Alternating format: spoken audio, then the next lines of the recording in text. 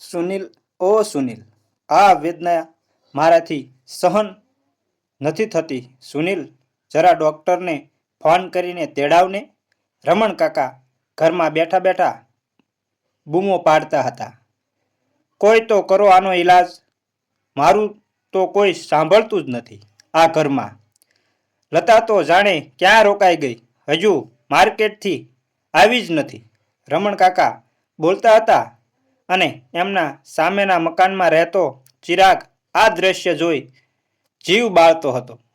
રમણ કાકાની દશા પર એને ખૂબ દયા આવતી હતી. લતા એટલે રમણ કાકાની પત્ની, જેનું 6 મહિના પૂર્વે અવસાન થયું અને દીકરો સુનિલ તો અમેરિકા ગયા બાદ દેખાયો જ નહીં. એકલા જીવન જીવવાની કોશિશમાં જ રમણ કાકા પોતાનું માનસિક સંતુલન ગુમાવી બેઠા. એમને ઘણીવાર છાતીમાં દુખાવો થતો અને રમણ કાકા આમ જ સુનિલને બોલાવતા. હવે આ અવાજ રોજની આદત બની ગઈ હતી. એટલે પાડોશી ક્યારેક સમય મળે એમની પાસે બેસી આવતા. પાછું એમ કશું નહીં, તમે મળો તો જાણે એમને કશું થયું નથી. પરંતુ હજુ લતા કાકી અને સુનિલને એ ઘરમાં જ જોતા.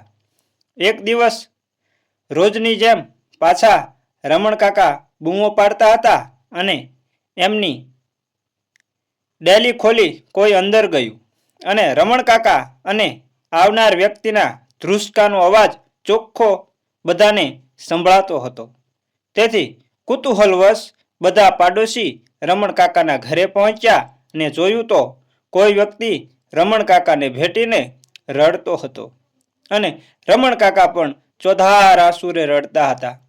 જ્યારે બંનેને થોડી સાંત્વના મળી, ચિરાગ પાણીનો ગ્લાસ લઈ રમણ કાકા તરફ આગળ વધ્યો અને જોયું તો આવનાર વ્યક્તિ બીજું કોઈ નહીં પરંતુ સુનિલ હતો.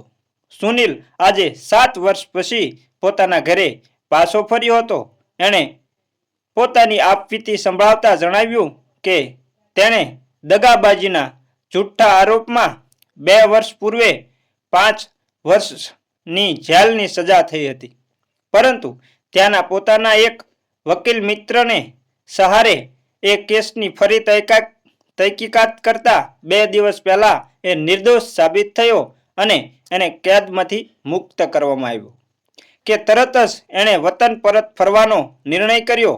ફોન પર પોતાના માતા પિતાના ખબર અંતર પૂછતા લતા કાકીના અવસાન અને રમણ કાકાના હાલ સાંભળી સુનિલ તો ભાંગી જ પડ્યો. આમ રમણ કાકાની વેદનાનો ઈલાજ થઈ ગયો.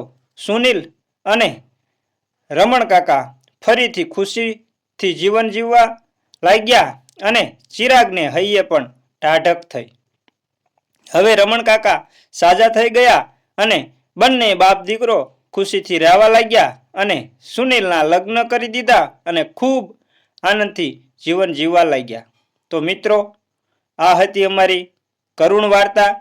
તો અહીં વાર્તા પૂરી થાય છે અને અમારી વાર્તા જો તમને સારી લાગી હોય તો અમારી ચેનલને લાઈક કરવાનું અને શેર કરવાનું ભૂલતા નહીં અને કોમેન્ટમાં હર હર મહાદેવ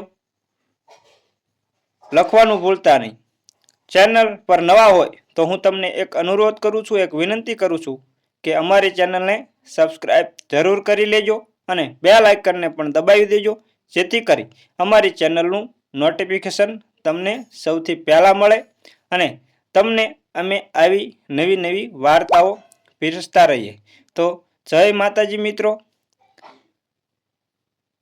આવી વાર્તાઓ